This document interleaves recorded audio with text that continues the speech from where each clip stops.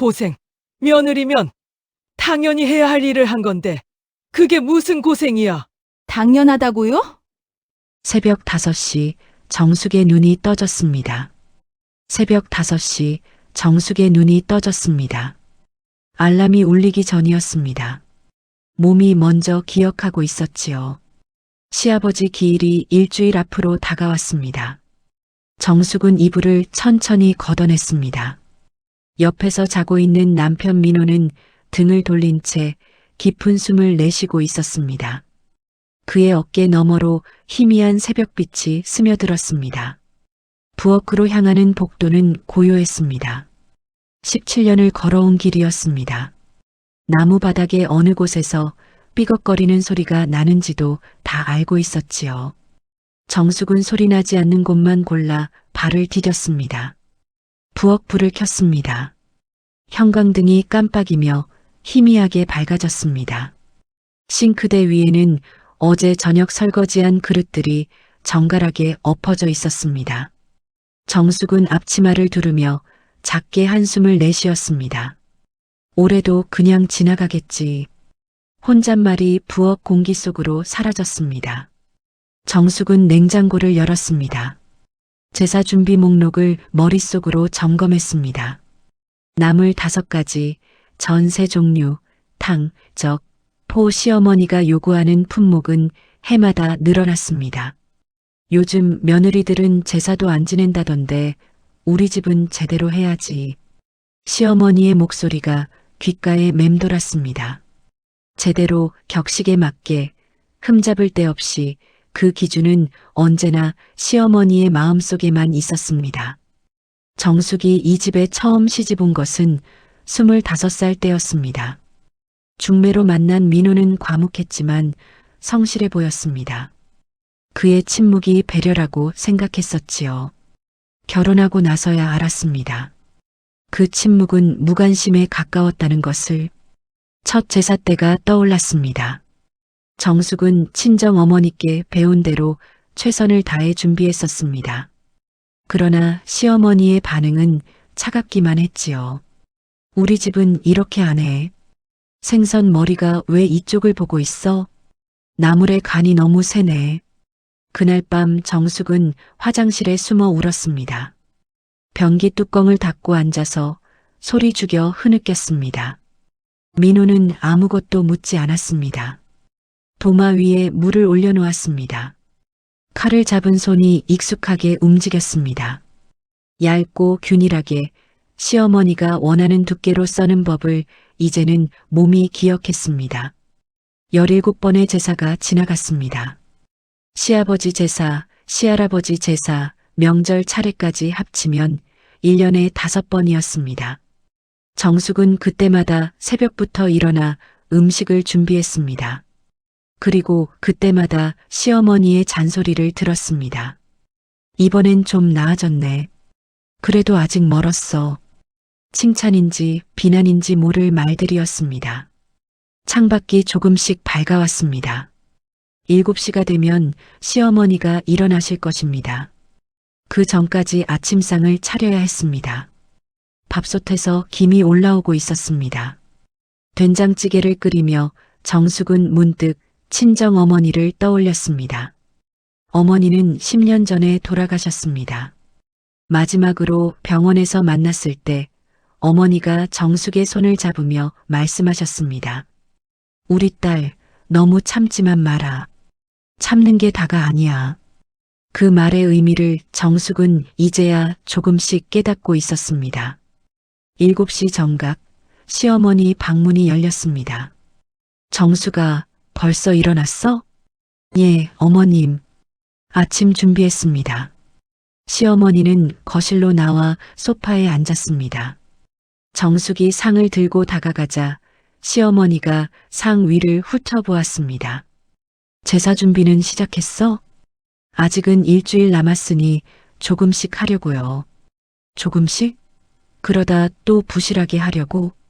정숙은 대답하지 않았습니다.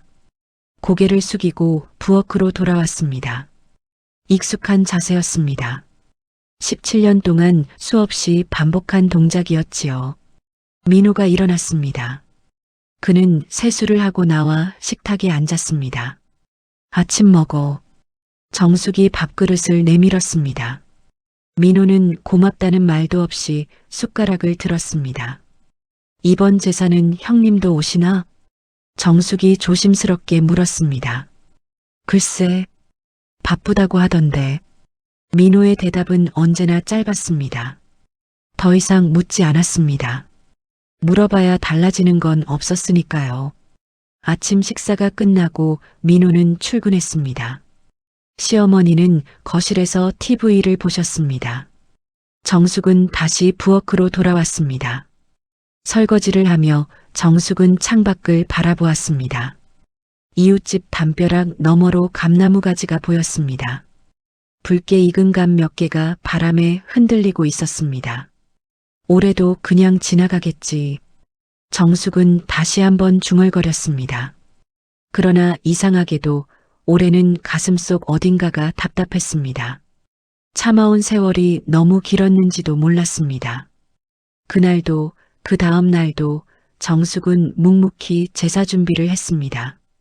장을 보고 나무를 다듬고 냉동실을 정리했습니다.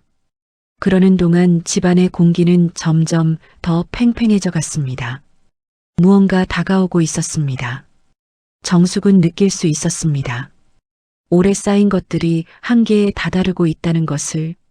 그러나 그녀는 여전히 고개를 숙이고 하루하루를 버텨냈습니다. 언제까지 이렇게 살 수 있을까? 답 없는 질문이 마음속을 맴돌았습니다. 제사 사흘 전 정숙은 시장에 갔습니다. 손수레를 끌며 채소 가게 앞을 지나갔습니다. 도라지, 고사리, 시금치를 골랐습니다. 상인이 말을 걸었습니다. 제사 준비하세요? 네. 요즘 제사 지내는 집도 드문데 대단하시네요. 정숙은 애매하게 웃었습니다. 대단한 게 아니라 어쩔 수 없는 일이었습니다. 집으로 돌아오니 시어머니가 현관에 서 계셨습니다. 뭘 샀어? 보자. 봉지를 열어보시더니 시어머니가 한숨을 쉬었습니다. 아니다. 이 도라지 봐. 너무 가늘잖아. 제사상에 올릴 거면 굵은 걸로 사와야지. 시장에 이게 제일 좋은 거라고. 그러니까 눈썰미가 없다는 거야. 내가 직접 가는 게 나았어. 정숙은 입을 다물었습니다. 봉지를 들고 부엌으로 향했습니다. 등 뒤에서 시어머니의 목소리가 따라왔습니다. 생선은 샀어? 명태 크기는 확인했고? 갈비는? 좋은 부위로 골랐어? 예. 대답할 때마다 목소리가 작아졌습니다. 저녁 6시 식탁에 둘러앉았습니다. 정숙이 준비한 저녁상이었습니다. 된장찌개, 시금치나물, 두부조림, 그리고 갈치구이. 평소보다 정성을 들인 상이었지요. 민호가 먼저 숟가락을 들었습니다. 시어머니는 반찬을 이것저것 집어보셨습니다.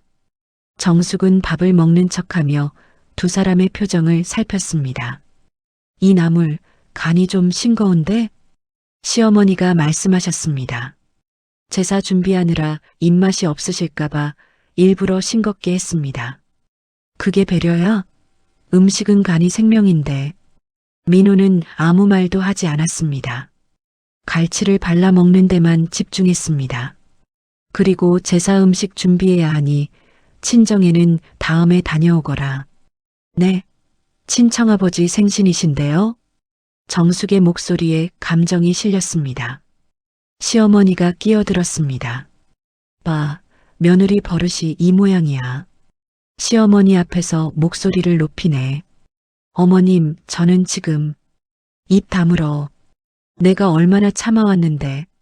시어머니가 수저를 탁 내려놓으셨습니다.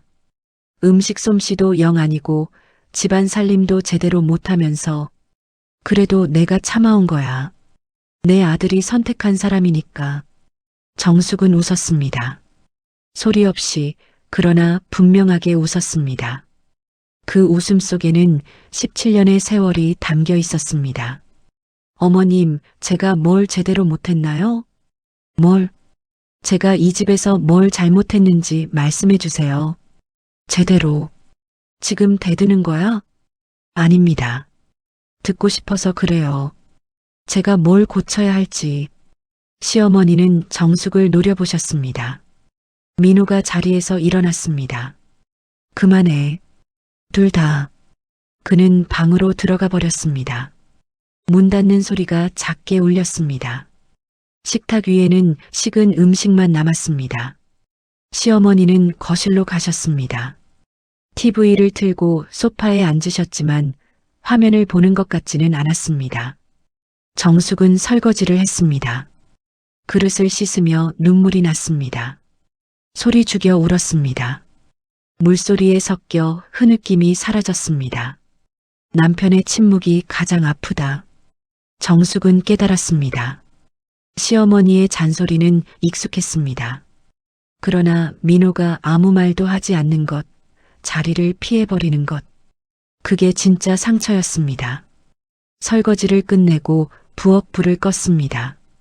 캄캄한 부엌에서 정숙은 한참을 서 있었습니다. 거실을 지나 방으로 가는 길, 시어머니와 눈이 마주쳤습니다. 시어머니는 외면하셨습니다. 정숙도 그냥 지나쳤습니다. 방문을 열었습니다. 민호는 침대에 누워 휴대전화를 보고 있었습니다. 씻고 자. 민호의 말이었습니다. 미안하다는 말은 없었습니다. 정숙은 욕실로 갔습니다. 거울 속 자신의 얼굴을 보았습니다. 눈이 빨갛게 충혈되어 있었습니다. 입가의 웃음은 진작에 사라지고 없었습니다. 이젠 나도 내 편을 들어야겠다. 마음속으로 다짐했습니다. 구체적으로 무엇을 어떻게 해야 할지는 몰랐습니다. 다만 더 이상 이렇게 살 수는 없다는 것만은 분명했습니다.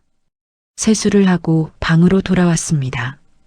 민호는 벌써 잠든 것 같았습니다. 아니면 자는 척하는 것일 수도 있었지요. 정숙은 이불을 덮고 누웠습니다. 천장을 바라보았습니다. 어둠 속에서 작은 빛이 보였습니다.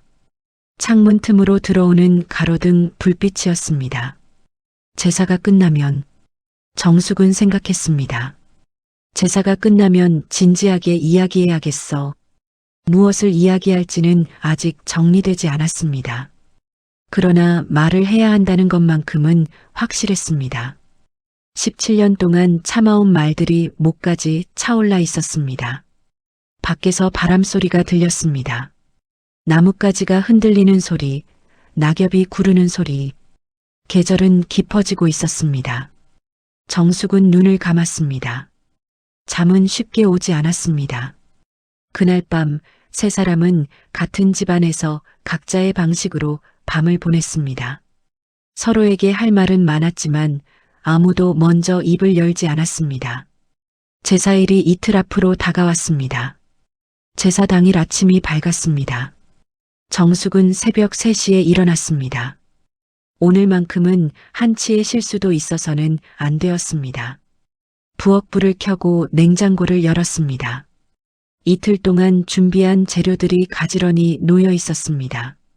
전을 부치기 시작했습니다. 동태전, 육전, 버섯전. 기름이 지글거리는 소리만 새벽 공기를 채웠습니다. 정숙의 손놀림은 기계처럼 정확했습니다. 5시쯤 시어머니가 나오셨습니다. 벌써 시작했구나. 예, 어머님. 시어머니는 제사상을 펼쳤습니다. 하얀 볼을 깔고 접시들을 배치하셨습니다. 위치 하나하나를 자로 잰 듯 정확하게 놓으셨지요. 생선 머리는 동쪽, 꼬리는 서쪽. 잊지 마. 예. 과일은 홀수로. 대추는 반드시 씨를 빼고. 알고 있습니다. 시어머니의 지시는 계속되었습니다. 정숙은 고개를 끄덕이며 들었습니다. 어제의 다짐은 이미 흐려지고 있었습니다.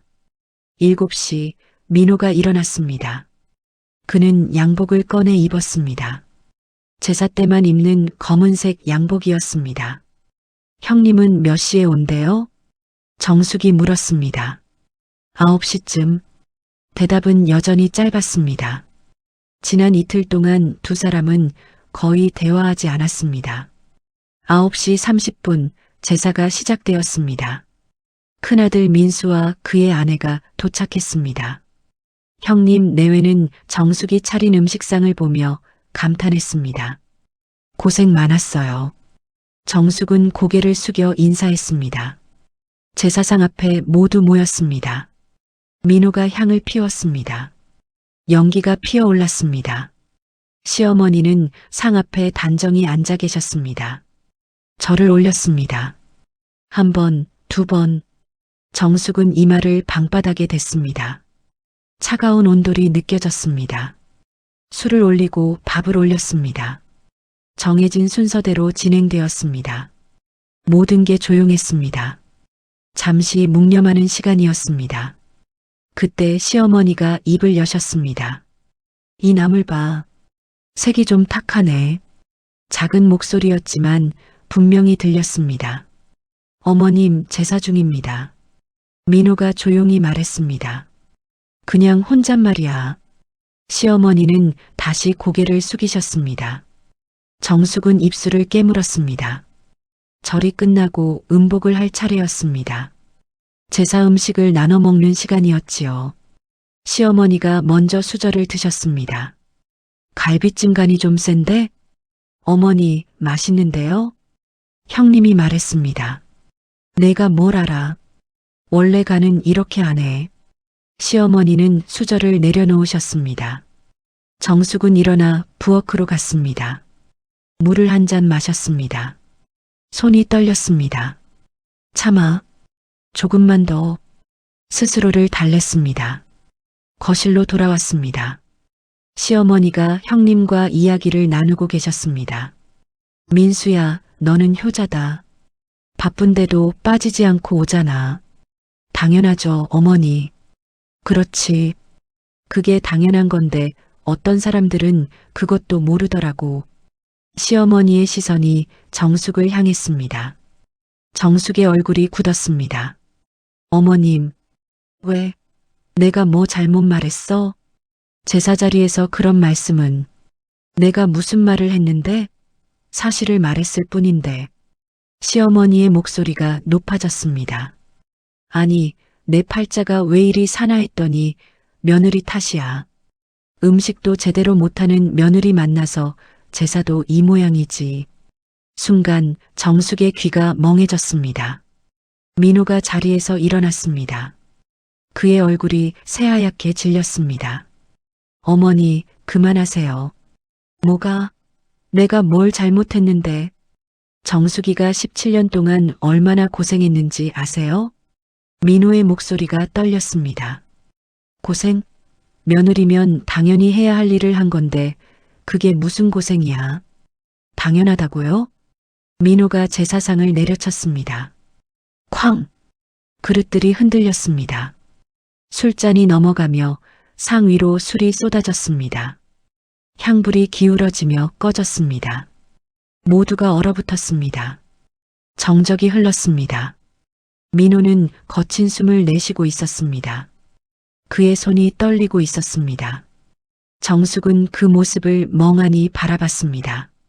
17년 만이었습니다. 남편이 자신을 위해 목소리를 낸 것은 민수가 조심스럽게 불렀습니다. 형님, 미안합니다. 다들 가보세요. 민호가 말했습니다. 형님 내외는 어쩔 줄 몰라 하다가 자리에서 일어났습니다. 어머니, 저희는 먼저 가볼게요. 시어머니는 넋을 잃은 듯 앉아 계셨습니다. 집안에는 세 사람만 남았습니다. 시어머니가 천천히 일어나셨습니다. 방으로 들어가시며 문을 닫으셨습니다. 민호와 정숙만 남았습니다. 둘은 마주 보았습니다. 어색한 침묵이 흘렀습니다. 민호가 먼저 입을 열었습니다. 미안해. 뭐가요? 너무 늦었지. 민호의 눈이 붉어졌습니다. 정숙은 처음 보는 남편의 표정이었습니다. 당신이 어머니한테 화를 낼 줄 몰랐어요. 나도 몰랐어. 내가 이렇게 화낼 줄. 민호가 주저앉았습니다. 제사상 앞에 털썩 앉아 고개를 떨궜습니다. 17년 동안 당신 혼자 견딘 거야. 나는 비겁하게 외면했고 정숙도 그 옆에 앉았습니다. 쏟아진 술과 흐트러진 음식들이 보였습니다. 이제 어떻게 하죠? 정숙이 물었습니다. 모르겠어. 그냥 미안해. 민호가 정숙의 손을 잡았습니다. 손이 따뜻했습니다. 깨진 제사상 앞에서 두 사람은 한참을 앉아 있었습니다. 무언가 끝났고 무언가 시작되는 순간이었습니다. 정숙은 문득 깨달았습니다. 위기는 끝이 아니라 시작일 수도 있다는 것을, 깨져야만 다시 만들어질 수 있는 것들이 있다는 것을. 창밖으로 햇살이 들어왔습니다. 제사상 위에 과일을 비췄습니다. 그 빛 속에서 정숙은 희미한 희망을 보았습니다.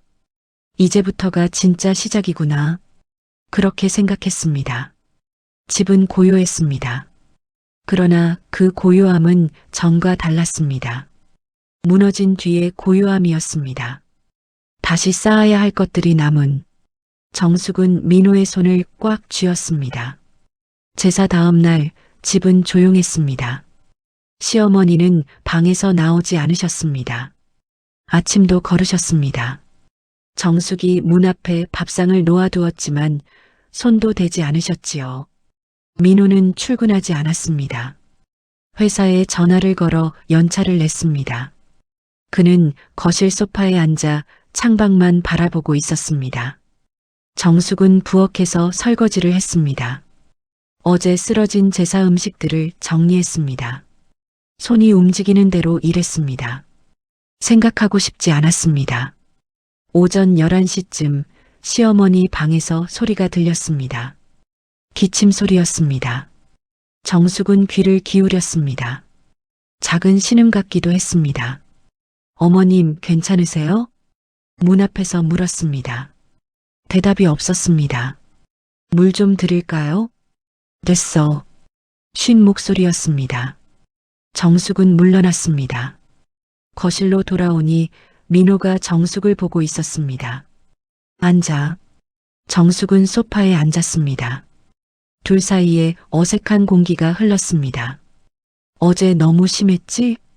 민호가 먼저 말했습니다. 아니에요. 상을 내려친 건 처음이야. 나도 놀랐어. 저도요. 짧은 대화였습니다. 그러나 17년간의 침묵보다는 나았습니다. 사흘이 지났습니다. 시어머니는 여전히 방에만 계셨습니다. 식사는 조금씩 하셨습니다. 정숙이 놓아둔 밥상이 절반쯤 비어 있었지요. 민호는 출근했다가 일찍 돌아왔습니다. 저녁 6시면 집에 왔습니다. 평소보다 2시간이나 빨랐습니다. 오늘 저녁은 뭐야? 민호가 물었습니다. 평소에는 하지 않던 질문이었습니다. 된장찌개 하려고요. 내가 도와줄까? 정숙은 놀라 남편을 봤습니다. 도와준다고요? 응. 뭐 할 게 있으면. 파 좀 썰어줘요. 민호가 부엌에 들어왔습니다. 앞치마를 두르고 도마 앞에 섰습니다. 서툰 손놀림으로 파를 썰었습니다. 굵기가 제각각이었습니다. 이렇게 해도 돼? 네, 괜찮아요. 정숙은 웃었습니다. 오랜만에 진짜 웃음이었습니다. 저녁상을 차렸습니다. 민호와 정숙만의 식사였습니다. 어머니 것도 갖다 드려야지. 민호가 밥을 한 그릇 더 퍼담았습니다. 직접 시어머니 방문 앞에 놓고 왔습니다. 어머니, 진지 드세요. 문 너머로 인기척이 들렸습니다. 대답은 없었습니다. 식탁에 마주 앉았습니다. 민호가 숟가락을 들었다가 내려놓았습니다. 정수가, 응, 내가 너무 못났지. 왜 갑자기? 17년 동안 당신 편을 한 번도 안 들어줬어. 어머니와 당신 사이에서 그냥 모른 척했어. 민호의 목소리가 떨렸습니다. 편하고 싶었어? 눈 감고 귀 막으면 문제가 없는 것처럼 느껴졌거든. 정숙은 밥을 먹는 척했습니다. 눈물이 날 것 같았습니다. 근데 그게 아니더라. 당신이 얼마나 힘들었을지 이제야 생각이 나. 이제라도 알아줘서 고마워요. 정숙이 조용히 말했습니다. 미안해. 정말. 됐어요. 이제부터 잘하면 되죠. 두 사람은 밥을 먹었습니다. 오랜만에 편안한 식사였습니다. 일주일째 되던 날이었습니다. 정숙은 아침 일찍 장을 보고 왔습니다. 현관문을 열고 들어서는데 시어머니가 거실에 앉아 계셨습니다. 어머님, 응? 시어머니는 TV를 보고 계셨습니다. 일주일 만에 방에서 나오신 것이었습니다. 진지 드셨어요? 아직? 제가 차려드릴게요. 정숙이 부엌으로 갔습니다. 아침상을 준비했습니다. 시어머니가 좋아하시는 미역국을 끓였습니다. 상을 들고 나왔습니다. 시어머니 앞에 조심스럽게 놓았습니다. 드세요. 시어머니는 숟가락을 들었습니다. 국을 한 숟갈 떠서 드셨습니다. 간이 적당하네. 예. 요즘 입맛이 없었는데. 정숙은 대답하지 않았습니다. 부엌으로 돌아와 설거지를 했습니다. 그날 저녁 민호가 일찍 돌아왔습니다. 어머니, 저 왔습니다. 그래. 시어머니의 대답이 들렸습니다. 평소보다 부드러운 목소리였습니다. 민호가 부엌으로 왔습니다. 어머니 거실에 계시네. 응. 오늘 나오셨어. 다행이다. 민호가 정숙의 어깨를 가만히 잡았습니다. 짧은 접촉이었지만 따뜻했습니다. 저녁 식사 시간이었습니다. 시어머니가 식탁에 앉으셨습니다. 며칠 만에 함께하는 식사였습니다. 정숙이 상을 차렸습니다. 민호가 물을 따랐습니다. 세 사람이 둘러앉았습니다. 잘 먹겠습니다. 민호가 말했습니다. 시어머니도 수저를 드셨습니다. 식사가 반쯤 진행되었을 때였습니다. 시어머니가 입을 여셨습니다. 정수가, 예, 어머님. 그동안 말이 좀 심했다. 정숙의 손이 멈췄습니다. 시어머니는 계속 말씀하셨습니다. 내가 너무 욕심이 많았나 봐. 완벽한 며느리를 바랐어. 어머님, 오래 참았지? 미안하다. 시어머니의 눈가가 붉어졌습니다. 정숙도 눈물이 났습니다. 아니에요. 제가 부족해서. 아니야. 넌 충분히 잘했어. 시어머니가 정숙의 손을 잡았습니다. 주름진 손이 따뜻했습니다. 민호는 고개를 숙이고 있었습니다. 그의 어깨가 미세하게 떨리고 있었습니다. 이제부터 잘해보자. 시어머니가 말씀하셨습니다. 예, 어머님. 정숙이 대답했습니다. 눈물을 훔쳤습니다. 그날 밤 정숙은 오랜만에 편히 잠들었습니다. 꿈을 꿨습니다. 친정어머니가 나오는 꿈이었습니다. 어머니는 웃고 계셨습니다. 잘했다, 우리 딸. 어머니의 목소리가 들리는 것 같았습니다. 아침에 눈을 떴습니다. 햇살이 방 안으로 들어오고 있었습니다. 따뜻한 빛이었습니다. 정숙은 이불을 개며 생각했습니다. 나를 위해 화를 낸 사람이 있었구나. 미안하다고 말해준 사람도 있었고, 작은 변화들이었습니다. 그러나 그것으로 충분했습니다. 부엌으로 향했습니다. 아침을 준비하기 위해서였습니다. 그러나 발걸음이 달랐습니다. 17년간의 무게가 조금 가벼워진 느낌이었습니다. 마음 한켠에 이상한 울림이 남아 있었습니다. 희망이라고 불러도 좋을 것 같았습니다. 보름이 지났습니다. 정숙은 아침마다 일어나 밥을 지었습니다. 17년간 해온 일이었지만 이제는 느낌이 달랐습니다. 의무가 아닌 선택처럼 느껴졌지요. 시어머니는 거실에서 TV를 보시거나 화분에 물을 주셨습니다. 정숙에게 말을 거는 횟수가 늘었습니다. 정숙아, 오늘 날씨 좋다. 예, 어머님. 시장 갈 거면 나도 같이 가도 될까? 그러세요. 함께 시장에 갔습니다. 시어머니는 채소를 고르며 말씀하셨습니다. 이 도라지 괜찮네. 어때? 좋아 보여요. 그래. 그럼 이걸로 하자. 예전 같으면 시어머니 혼자 결정하셨을 것입니다. 이제는 물어보셨습니다. 작은 변화였지만 정숙에게는 큰 의미였습니다. 민호도 달라졌습니다. 퇴근하면 부엌에 들렀습니다. 오늘 뭐 해? 김치찌개. 두부 넣어줘. 내가 좋아하잖아. 알았어.